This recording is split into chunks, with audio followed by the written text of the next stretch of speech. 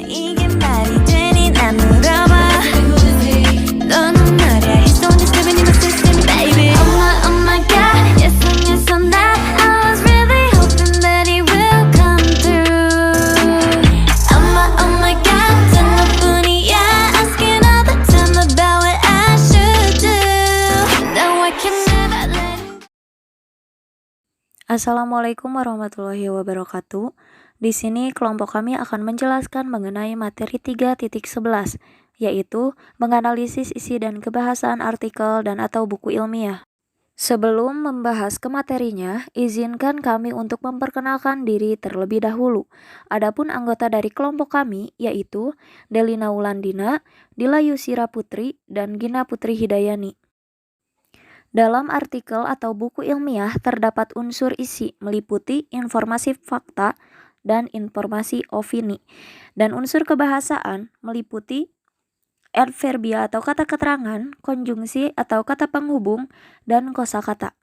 Adverbia atau kata keterangan adalah suatu jenis kata yang sifatnya memberikan keterangan atau penjelasan terhadap kata kerja atau verba, kata sifat atau adjektiva maupun kata bilangan, serta mampu dalam memberikan keterangan atau penjelasan terhadap semua kalimat.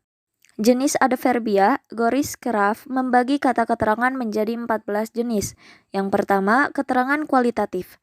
Contoh, ia berjalan perlahan-lahan. 2. Keterangan waktu. Contoh, sekarang, nanti, kemarin, kemudian, sesudah itu, lusa, sebelum, minggu depan. 3. Keterangan tempat.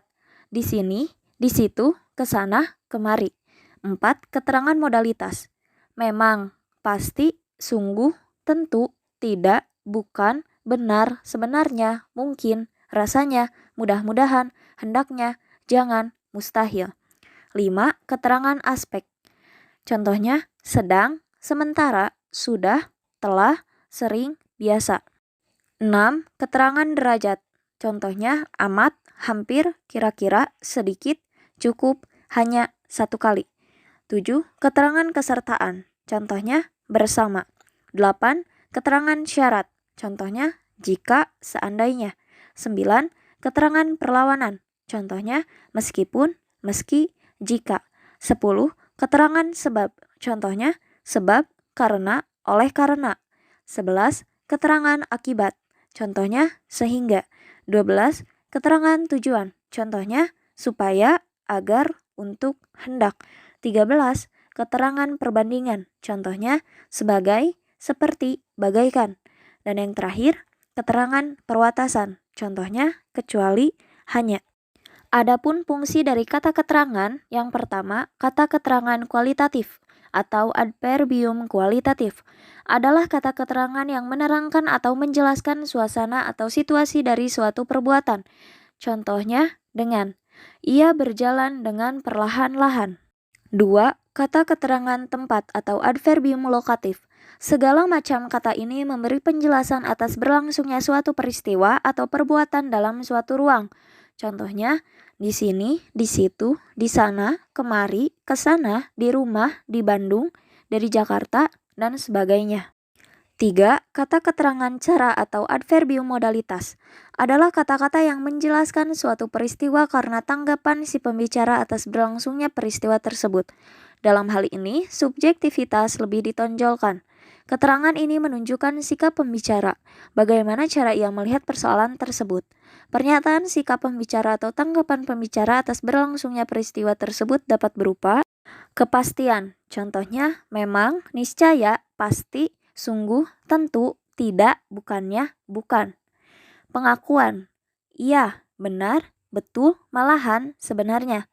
Kesangsian, agaknya, barangkali, entah, mungkin, rasanya, rupanya, dan lain-lain. Keinginan, moga-moga, mudah-mudahan. Ajakan, baik, mari, hendaknya, kiranya. Larangan, jangan. Keheranan, masakan, mustahil, mana boleh. 4.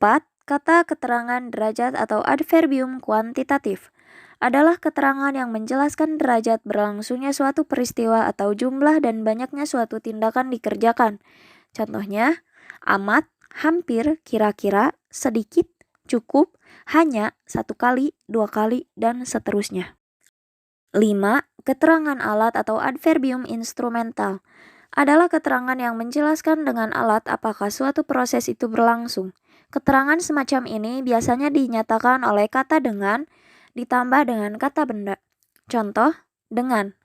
Ia memukul anjing itu dengan tongkat. Anak itu meraih buah dengan galah. 6. Kata keterangan kesertaan atau adverbium komitatif adalah keterangan yang menyatakan pengikut sertaan seseorang dalam suatu perbuatan atau tindakan. Contoh, bersama. Saya pergi ke pasar bersama ibu. 7. Keterangan syarat atau adverbium kondisional adalah keterangan yang menerangkan terjadinya suatu proses di bawah syarat-syarat tertentu yang harus dipenuhi. Contohnya, jikalau, seandainya, jika, dan sebagainya. 8. Keterangan perlawanan atau adverbium konsesif. Keterangan yang membantah sesuatu peristiwa yang telah dikatakan terlebih dahulu. Keterangan ini biasanya didahului oleh kata-kata seperti meskipun, sungguh pun, biarpun, biar, meski, jika sekalipun, biar sekalipun. 9. Keterangan sebab atau adverbium kausal adalah keterangan yang menjelaskan mengapa sesuatu peristiwa dapat berlangsung. Kata-kata yang menunjukkan keterangan sebab. Contoh, sebab, karena, oleh sebab, oleh karena itu, oleh karenanya, dan sebagainya. 10. Keterangan tujuan atau adverbium final adalah keterangan yang menerangkan hasil atau tujuan dari suatu proses. Tujuan itu pada hakikatnya adalah suatu akibat, tetapi akibat yang sengaja dicapai atau memang dikehendaki demikian. Kata-kata yang menyatakan keterangan tujuan. Contoh, supaya, agar supaya, hendak, untuk, guna, buat. 11. Keterangan perbandingan atau adverbium komparatif adalah keterangan yang menjelaskan suatu perbuatan dengan mengadakan perbandingan suatu proses dengan proses lain, suatu keadaan dengan keadaan yang lain. Kata-kata yang dipakai untuk menyatakan perbandingan itu, contohnya, sebagai, seperti, seakan-akan, laksana, umpama, bagaikan. 12. Keterangan perwatasan adalah keterangan yang memberi penjelasan dalam hal-hal mana saja suatu proses berlangsung dan mana yang tidak. Contohnya, kecuali, hanya. Yang kedua, ada konjungsi atau kata penghubung. Adalah bentuk satuan kebahasaan yang berfungsi sebagai penyambung, perangkai, atau penghubung antara kata dengan kata, frasa dengan frasa, klausa dengan klausa, kalimat dengan kalimat, dan seterusnya. Konjungsi dapat dibedakan atas fungsinya dan kategorinya. A. Berdasarkan fungsinya, konjungsi dapat dibedakan.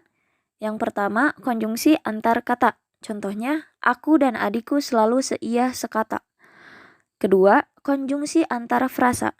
Contoh, harian Kompas dan harian Sinar Harapan kerap memuat cerita pendeknya. 3. Konjungsi antar klausa.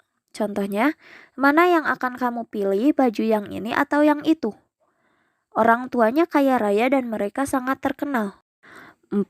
Konjungsi antar kalimat. Contohnya, Allah ingin manusia mengenalnya, akan tetapi banyak manusia yang menjauh darinya. 5. Konjungsi antara paragraf. Kata penghubung terletak di awal paragraf, adapun, karena, dan lain-lain. B. Berdasarkan kategorinya, konjungsi dapat dibedakan. Pertama, konjungsi koordinatif. Contohnya, melalui buku ini, kita akan semakin tahu bahwa tak ada sesuatu pun yang sia-sia yang diciptakan Allah Subhanahu wa Ta'ala. 2. Konjungsi subordinatif. Contohnya, ini semua terjadi karena mereka belum mengenal Allah Subhanahu wa Ta'ala dengan iman, hati, dan pikiran.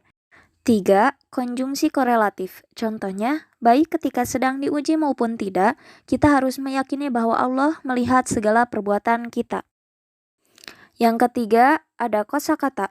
Kosakata adalah kumpulan kata yang merupakan bagian dari bahasa tertentu dan digunakan untuk menyusun kalimat.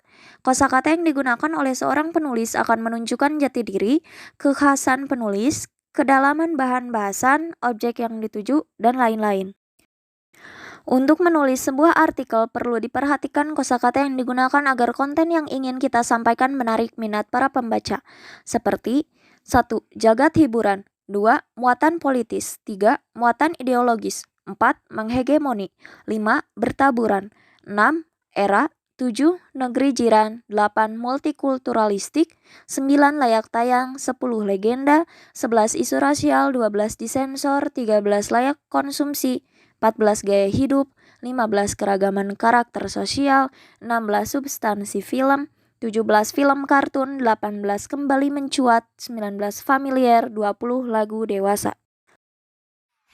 Nah, sekian penjelasan dari kami mengenai materi menganalisis isi dan kebahasaan artikel dan atau buku ilmiah. Kami mohon maaf apabila ada kesalahan dalam pengucapan maupun tulisan yang terdapat pada slide. Terima kasih atas perhatiannya. Wassalamualaikum warahmatullahi wabarakatuh.